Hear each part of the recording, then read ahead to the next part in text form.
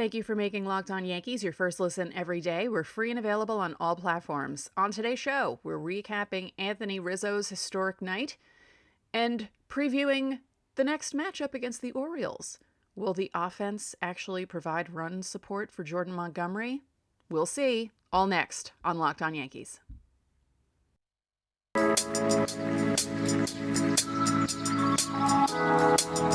You are Locked On Yankees, your daily New York Yankees podcast. Part of the Locked On Podcast Network, your team every day.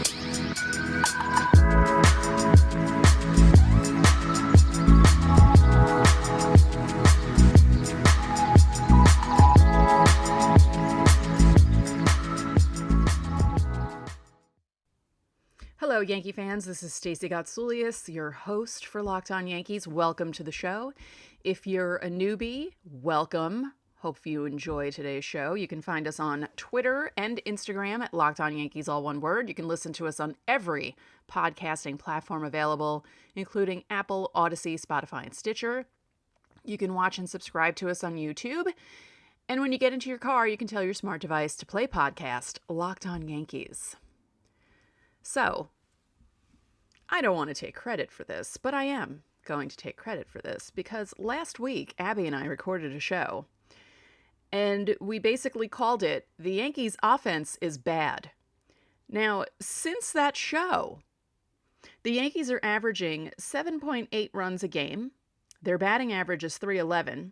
They've hit 11 home runs, and they're batting .310 with runners in scoring position.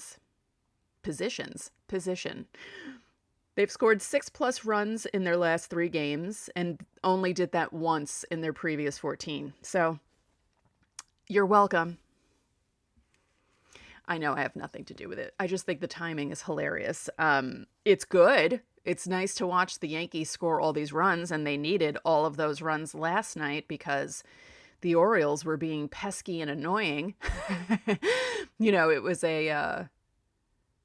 It was one of those games where you thought it was going to turn into a laugher, and then the Orioles cut the Yankees' lead to 2.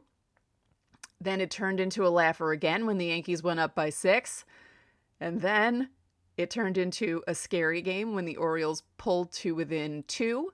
And then, thankfully, the Yankees pulled away enough, and they won.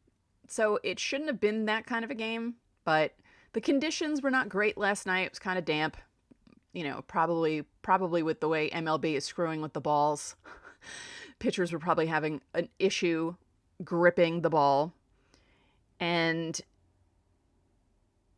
Severino looked great up until the last inning. I mean, he was really on his game. And, other than those blips, it was a good outing. He lasted 6 innings, which is great. You want to see that because you want to see these guys last at least 6, maybe heading into 7 now that we're getting toward the very end of April and into the beginning of May.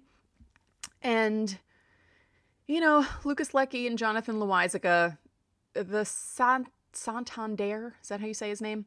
That home run didn't even look like it was going to be a home run, although we could say that for Anthony Rizzo too, but that really, I thought it was going to be a fly ball. I think everyone thought it was going to be a fly ball out, and then it just kept going. So it was one of those games that the Yankees prevailed. Thank goodness. But let's talk about Anthony Rizzo because that was quite a performance. And everyone who was kind of poo-pooing the signing, not poo-pooing it, I was like, all right, they re-signed Rizzo. Okay, great. But he's been fantastic so far. He's basically been their player of the month. At least in my eyes, he's been unbelievable. And his home runs, people were making fun of the fact that since they started keeping track of that stuff, his 3 home runs, the distance was like the lowest since they started keeping, combined distance was the lowest because he hit one, was it 327, 348, 356? So, they were Yankee Stadium home runs. That last one probably shouldn't even have been a home run. I don't know how it turned into one. I don't know what was on that ball that made it do what it did, but we're all glad for it. Rizzo has just been amazing, and I feel like he can be that kind of guy that the Yankees need in their clubhouse, leading by example and,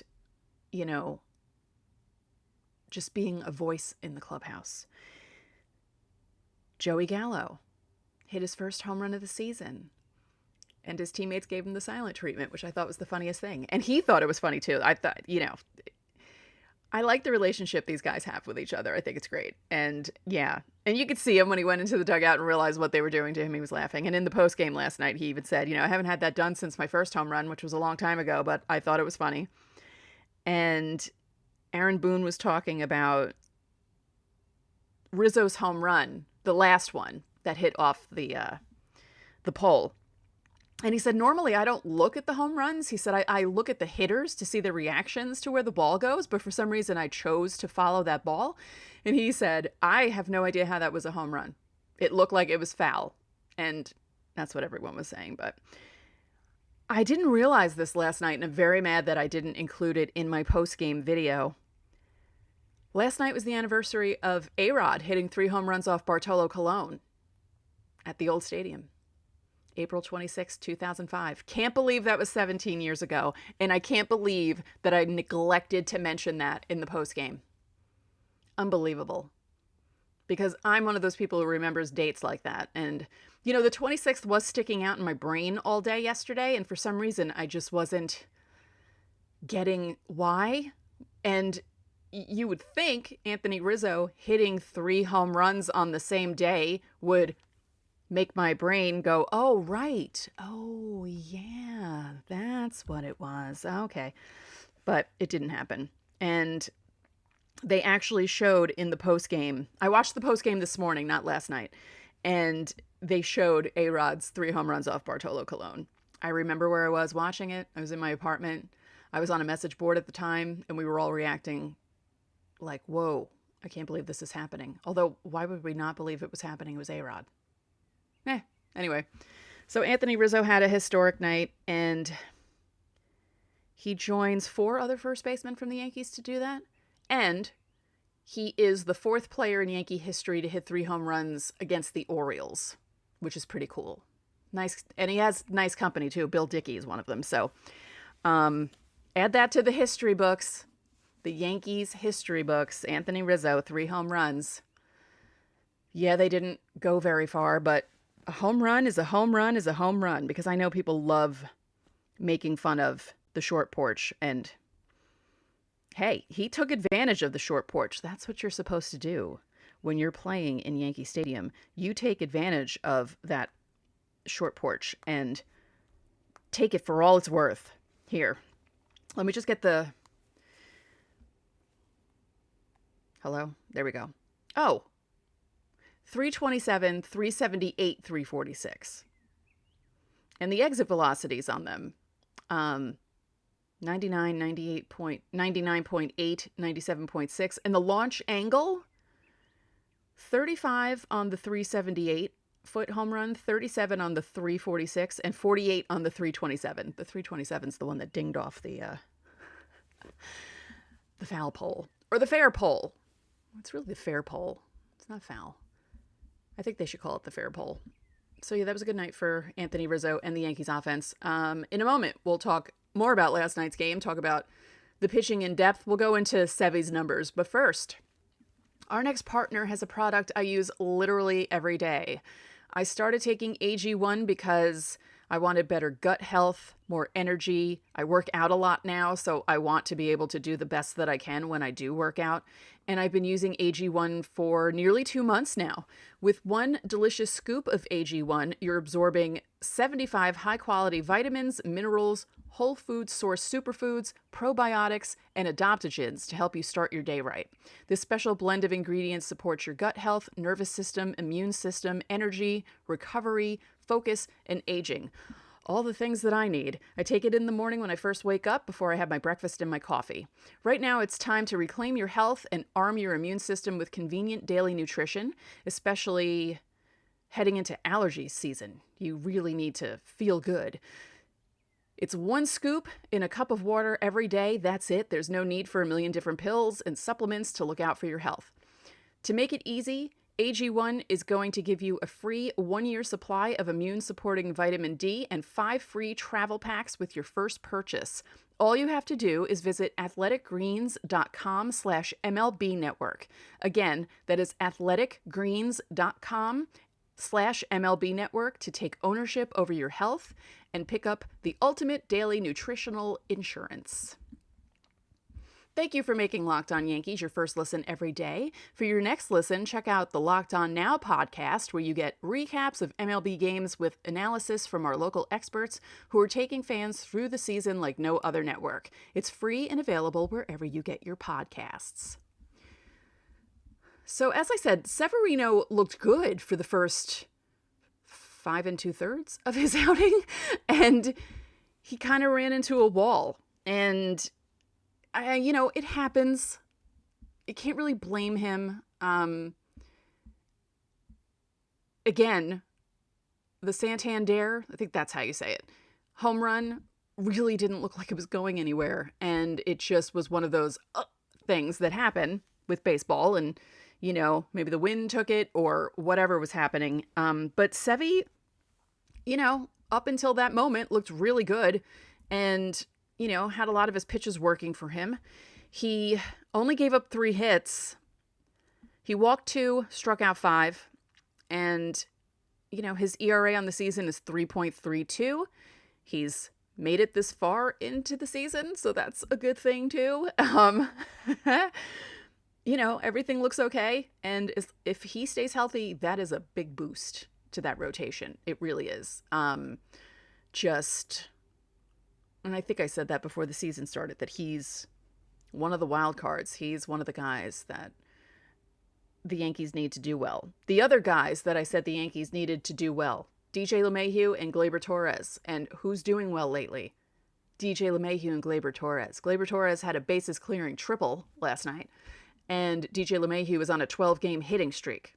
So, yeah, that's big. Those two guys doing what they're doing in the lineup, Rizzo doing what he's doing in the lineup. If Gallo can get things going, if Gallo can have a 1 for 4 every night and the one be a home run, hey, that won't happen. But if he can get things going, and if the home run can get things going for him, because once you get past that hump, that really kind of gets people going. So hopefully that'll work for Gallo. And, I forgot to mention Judge. Judge hit a home run on his birthday. Pretty cool. And thank God he did, because he and Rizzo in the 8th inning turned it from a 10-8 game into a 12-8 game, which is a lot more relaxing going into the 9th inning when Aroldis Chapman is kind of iffy, working 2 walks. It's not fun watching Aroldis Chapman pitch. It really is not. We were spoiled for so many years by Mariano Rivera. Really. And yes, he had some outings that were bad, but they were few and far between. He would have that week in August where he hit the wall. We would call it What's Wrong with Mo Week. We did that on a message board all those years ago. And it happened like clockwork around the same time every year, where he would have 2 to 3 to 4 outings where he didn't look quite Mo-like, and then he would go back into Mo zone and be the guy that mowed everyone down. Oh, there's so many horrible puns there. Anyway, so I think we're all spoiled by Mariano Rivera still. I mean, he retired nearly 9 years ago. He's already in the Hall of Fame, and he's still in the back of our minds when we watch Aroldis Chapman, because there are some days where it's not fun to watch him. It's almost like watching John Wetland again. Now, if you're not old enough to remember what it was like watching John Wetland be the closer, it was an adventure sometimes. He was good, but there were some outings where it was, Chapman's kind of like that. So, yeah, we're spoiled. We're still spoiled. Can you blame us, though? I mean, Mo was unbelievable. I said this about Nestor Cortez, I believe, on my crossover with Sully, that Nestor Cortez reminds me of Mo because it feels like the batters kind of have an idea of what he's going to throw and that he's not going to throw hard, but they still can't hit him. Mo threw the ball hard, and he threw the ball the same way, and guys just could not hit him. They would luck into a hit every once in a while. And if Mo was in that what's wrong with Mo week period of time, guys could hit off him. But for the most part, so many of the hits off him were just bloops or broken bat bloops. And, it wasn't like they were creaming the ball off him. But Chapman is just so erratic sometimes. And watching him isn't fun. Because even when he has a good outing, you go into that outing expecting that it's going to be not so great to watch. And then when he does have a 1-2-3 inning and closes out a game with relative ease, you think to yourself, oh, wow, okay. Phew.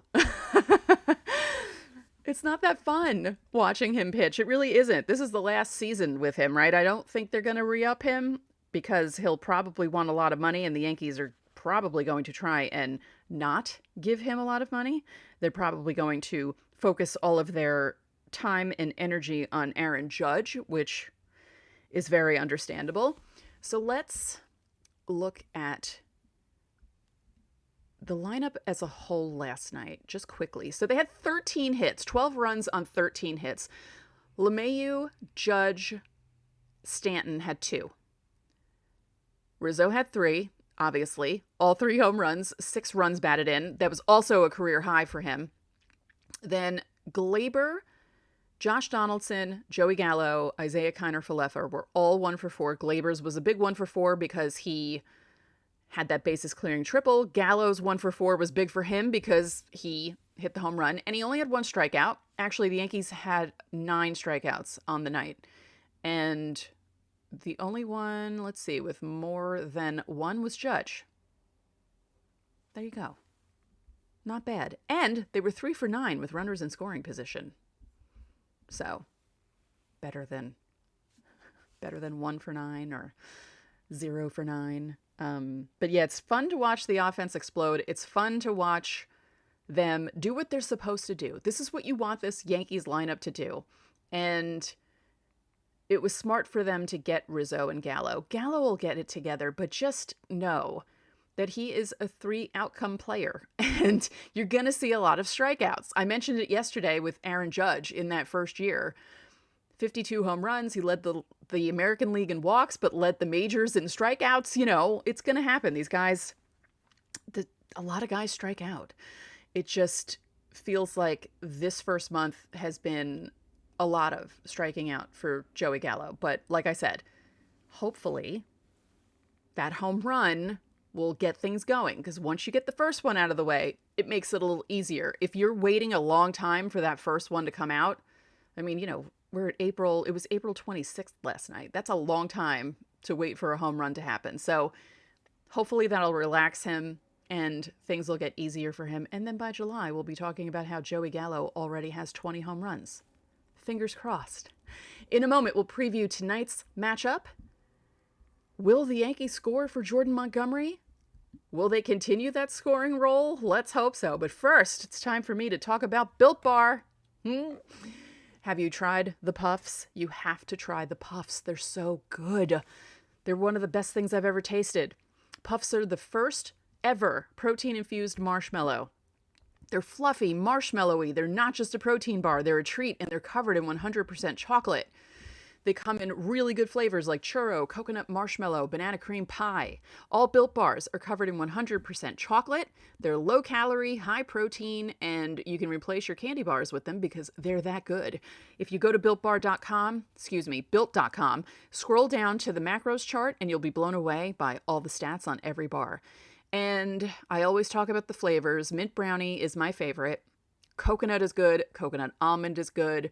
Raspberry is good because they're all covered in chocolate. So any flavor that you put in chocolate, it's going to taste good. Built Bar is all about the taste. They make it taste delicious first, then they figure out how to make it healthy, and I have no idea how they do it, but they pull it off every time. So go to built.com, use our promo code LOCKED15, and you'll get 15% off your order. Again, use promo code LOCKED15 for 15% off at built.com. So tonight, will the Yankees continue their role and score a bunch of runs for Jordan Montgomery? Now, if you look at the matchup for tonight, and how things have played out for each starting pitcher, it stands to reason that the Yankees should do well tonight, but you never know. Tyler Wells, who is Jordan Montgomery's counterpart, is 0-2 with a 6.75 ERA. So on paper, you would think the Yankees would do well against him, but you never know. Baseball's a weird sport, and sometimes a guy comes into a game with a 6.75 ERA and he shuts the Yankees down. That seemed to happen a lot last season. That was one of my biggest frustrations watching that team last season. It always felt like they would come across a guy whose ERA was north of 5 and they couldn't hit against them. Like games that you would think they would have an easy time with, they didn't. So let's hope that that pattern doesn't continue. Jordan Montgomery, 0 for 1. 0 for 1.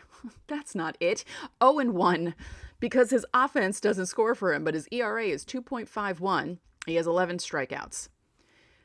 Now, I mentioned this yesterday. I'll mention it again. Trey Mancini, or not yesterday, the day before when I was doing the preview. Trey Mancini is the Baltimore hitter with the most at-bats against Montgomery, 23. He's batting .435, 1 home run, 2 runs batted in. And let's see, Mountcastle and Cedric Mullins have also seen Montgomery a number of times. Mountcastle has 1 home run and 4 runs batted in 16 at-bats. And Cedric Mullins has a .278 average in 18 at-bats. Now, as for the Yankees, they have not faced Tyler Wells that much, but Gleyber Torres and Aaron Judge have faced him the most. They have 6 at-bats against him. They're both batting .167. So, we'll see how that goes. Oh, that's right. Okay. So, Anthony Rizzo, first baseman, 3 home runs. He had his 3 home runs last night. Teixeira hit 3 home runs against the Red Sox in 2010. Tony Clark hit 3 home runs against Toronto in August of 2004.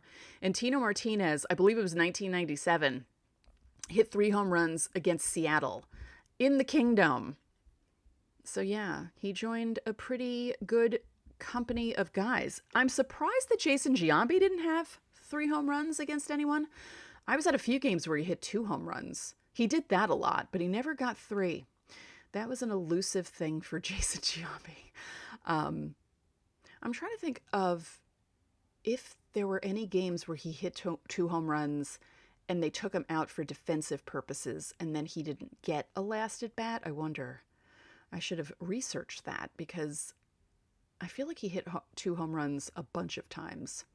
I saw him do it in person at least 3 times in like one season in 2005 when he went kind of crazy in July and August. My favorite of those games was definitely August 28th, 2005, when he had 7 runs batted in against the Royals. I do that a lot. Does anyone else do that a lot? I mean to say Royals, I say Orioles because their names are they're too similar for my brain to comprehend. But yeah, that was a young Zach Greinke that started that game. Baby Zach Greinke. And the Yankees ended up winning 10-3. And I was part of a website that did a lot of funny photoshops, and we changed the scoreboard to say Giambi instead of the Yankees against the Royals, and it said 7-3 because he basically beat them single-handedly. That's great. That's great. Those were fun times in the years when the Yankees couldn't get past the first round of the playoffs. Remember how miserable that was? Right? 2005, 2006, 2007. Then they didn't even make the playoffs in 2008. Yeah. A lot of stressful games during those seasons, too. I went to a lot of those stressful games in those seasons because I was always stuck at Sunday night games because of my package. So I was always at Red Sox, Yankees games well into the night. Not that Mets Yankee games were stressful. They were just, you had to worry about your coworkers and bragging rights and, God forbid, One time my coworker left a broom in my cubicle because he was a Mets fan and the Mets swept the Yankees in one end of the Subway Series. Can't remember what year it was. I never saw the broom because my boss saw the broom because she was always at work really early, and she said to my coworker, "Do you want Stacey to do things with this broom to you? Because she will." And they took it out. So, yeah, it was interesting. Let me know in the comments if you, as a Yankee fan, had to deal with razzing from fans of other teams at work. I get it if you live somewhere else, you know, but I do get it if you live in New York too, because Met fans love to trash talk. You know, some of them learn their lesson and some of them don't, you know.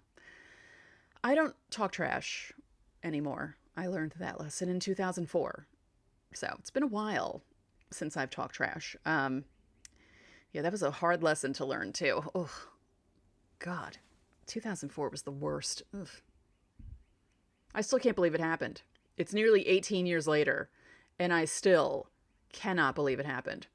Now, tomorrow's game is a 105 game.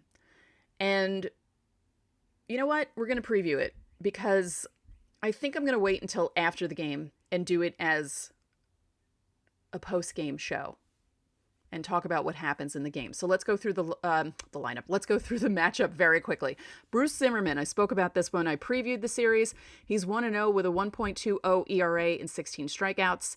He's doing very well. Jameson Taillon also doing pretty well. 1-1 with a 3.07 ERA, 13 strikeouts. He's looking very good. We kind of knew that this was going to happen with Taillon. I figured that he had to get last season out of the way. He was coming back from injury and, you know, getting used to being on the Yankees and pitching for the Yankees. And he's looking a lot better this season. And, you know, if he pitches the way the Yankees were hoping he'd pitch when they acquired him, and Severino stays healthy, and Montgomery keeps doing what he's doing, and Cole rebounds, you know, like he builds upon that last start against the Guardians and keeps rolling, this is a formidable rotation if these guys can stay healthy and pitch well. And if the offense gets going, don't expect them to, you know, keep scoring nearly 8 runs a game every day. But if they can get on some sort of a roll and not do the roller coaster ride that they did last season, this could turn into a fun season if everyone stays healthy. And maybe it'll turn out better than we all expected it to, and better than everyone else expected it to. That would be great. I would love that. Wouldn't you? Yes. Yes, you would. We all would. So let's hope that that happens. Anything else about that? Let's see. Oh, right. Aaron Judge against Zimmerman. Even though Zimmerman's a really good pitcher, Aaron Judge, it's only 6 at-bats. It's a small sample size. 2 home runs, 2 runs batted in. He's batting .500. And as for the Orioles batters against Taillon, Cedric Mullins is the one that does the best against him. Also a small sample size, only 7 at-bats, 2 home runs, 3 runs batted in, batting .429. Cedric Mullins is a good player. He's a pain in the butt, as I always say, but he's a good player. And if he were on the Yankees, I'd love him, but I don't like when he hits against the Yankees. Hit against the Red Sox and the Rays and the Jays, Cedric. Don't hit against the Yankees, thanks. So that's it for this episode of Locked On Yankees, which is part of the Locked On Podcast Network, your team every day. I'd like to remind you that you can listen to the show in Apple Podcasts, Google Podcasts, Odyssey, Spotify, Stitcher, or anywhere else you get your podcasts. You can watch and subscribe to us on YouTube, and when you get into your car, you can tell your smart device to play podcast Locked On MLB. Now make your second listen of the day Locked On MLB. Paul Francis Sullivan, please call him Sully, brings you his unique perspective on the major leagues, both past and present. It's free and available wherever you get your podcasts. One more thing, if you could be so kind, please rate the podcast and spread the word about this podcast to your fellow Yankee fans. We would really appreciate it. So, enjoy your Wednesday, and I'll talk to you tomorrow.